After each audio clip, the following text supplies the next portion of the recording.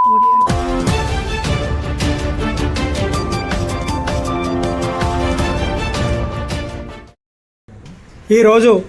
నల్లగొండలో యాదవ బిడ్డపై జరిగిన దాడిని ఖండిస్తూ అఖిల భారత యాదవ మహాసభ యువజన విభాగం పెద్దపల్లి జిల్లా యూత్ అధ్యక్షులు అట్లసాగర్ ఆధ్వర్యంలో ప్రెస్ మీట్ ఏర్పాటు చేయడం జరిగింది.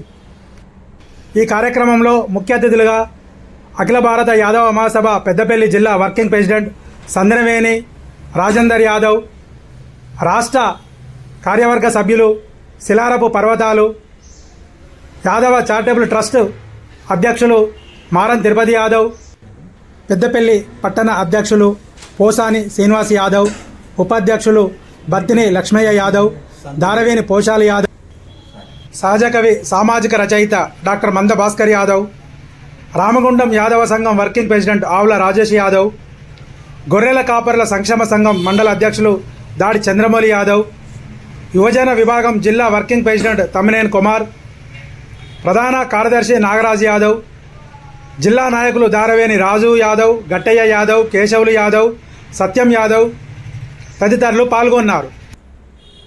నల్లగొండలో జరిగిన సంఘటనను ఖండిస్తూ యాదవ చారిటబుల్ ట్రస్ట్ అధ్యక్షులు తిరుపతి యాదవ్ మాట్లాడుతూ, యాదవ మహాసభ యువజన విభాగం ఆధ్వర్యంలో మరి మన జిల్లా అధ్యక్షుడైనటువంటి అట్లసాగర్ యాదవ్ అధ్యక్షతన జరుగుతున్నటువంటి ఈ పత్రికా సమావేశానికి విచ్చేసినటువంటి మరి ముఖ్య అతిథిగా వర్కింగ్ ప్రెసిడెంట్ సందనవేణి రాజేందర్ యాదవ్ గారికి, రాష్ట్ర కార్యవర్గ సభ్యులు మరి పర్వతాల యాదవ్ గారికి మరి ధన్యవాదాలు తెలియజేస్తూ ఈ పత్రికా సమావేశంలో పాల్గొంటున్నటువంటి యాదవ్ కుల బాంధవులందరికీ కూడా పేరు పేరున మరి వాళ్ళకు కూడా ధన్యవాదాలు తెలియజేస్తూ మరి నల్గొండ జిల్లాలో జరిగినటువంటి ఒక దుర్భరమైనటువంటి ఘటన పైన ఈరోజు మరి పత్రికా సమావేశం జరుగుతుంది. మరి ఆ దుర్భరమైనటువంటి ఘటన యాదవ జాతికే ఒక అవమానంగా భావిస్తున్నాం. మా ఆత్మ గౌరవాన్ని, మా ఆత్మ విశ్వాసాన్ని కోల్పోయే విధంగా వారి చర్యలను పూర్తి స్థాయిలో మేము ఖండిస్తున్నాం. మరి ఈ జాతికి ఒక గౌరవం ఉంది. మరి ప్రపంచవ్యాప్తంగానే ఒక నీతివంతమైనటువంటి జాతి.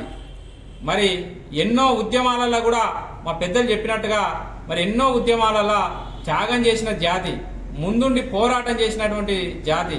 మరి ఈ జాతి వెనుకాల మరి బీసీ సంఘాలన్నీ కూడా, ముఖ్యంగా కుల సంఘాలు కూడా వెన్నంటి ఉండాలని చెప్పేసి మేము ఈ పత్రికా సమావేశం మూలంగా కోరుతున్నాం. అట్లాగే మరి ఆ ఎవరైతే బాధ్యులయ్యారో వెంకటరెడ్డి, సందీప్ రెడ్డిలను కఠినంగా శిక్షించాలి. ప్రజా కోర్టులోకి తీసుకొచ్చి శిక్షించాలి.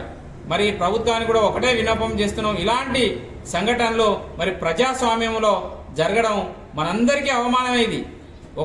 ఒకరి యాదవులకే కాదు, రాష్ట్రంలో ఉన్న అన్ని జాతులకు కూడా అవమానీయం. ప్రజాస్వామ్యంలో పోటీ చేసే హక్కు ప్రతి ఒక్కరికి కల్పించబడ్డది రాజ్యాంగం. మరి ఆ పోటీ చేసే హక్కును కూడా కాలరాసేటువంటి చర్యలకు పాల్పడే ఏ వ్యక్తి అయినా సరే వారిని సమాజం చాలా శిక్షించాలి, ప్రభుత్వం కూడా శిక్షించాలని మరి ఈ సమావేశంలో కోరుతున్నాం. అట్లాగే మరి గతంలో మన 42% తోటి బీసీలకు రిజర్వేషన్లను ప్రభుత్వం ప్రకటించింది. మరి అక్కడ కూడా కొన్ని బీసీలకు సంబంధించి మరి కోర్టు ద్వారా దాన్ని 50% లోపల అన్ని రిజర్వేషన్లు అమలయ్యే విధంగా చేయాలని కోర్టు తీర్పు ద్వారా ఈరోజు ఎలక్షన్స్ జరుగుతున్నాయి. మరి గతంలో ప్రకటించినటువంటి అన్ని పార్టీలు 42%కు మద్దతు తెలపడం జరిగింది. కాబట్టి మరి దాన్ని పూర్తిగా మేము ఏమంటున్నామనంటే, ఆ 42%కి ఏ పార్టీలు అయితే ఒప్పుకున్నాయో, మరి గతంలో ఏ సీట్లలో అయితే బీసీ రిజర్వేషన్స్ వచ్చినాయో అక్కడ తమ పార్టీకి సంబంధించిన అభ్యర్థులను సర్పంచ్లకు మద్దతు ఇవ్వాలని చెప్పేసి కోరుతా ఉన్నాను. ఎందుకోసం అనంటే, మరి గతంలో మీరే ఒప్పుకున్నారు, మీరే మేము బీసీలకు 42% ఇస్తామని చెప్పారు. మళ్ళా మీ పార్టీ అభ్యర్థిని ఓ జనరల్ను లేకుంటే ఓ అగ్రవర్ణాలను నిలబెట్టి మళ్ళా బీసీలను అనగదొక్కే ప్రయత్నం చేయకూడదు అని చెప్పేసి మేము ఈ పత్రికాముఖంగా కోరుతున్నాం. ఎక్కడైతే బీసీకి గతంలో ఉన్నదో అక్కడ ప్రతి పార్టీ కూడా బీసీ అభ్యర్థికి మద్దతు ఇవ్వాలి.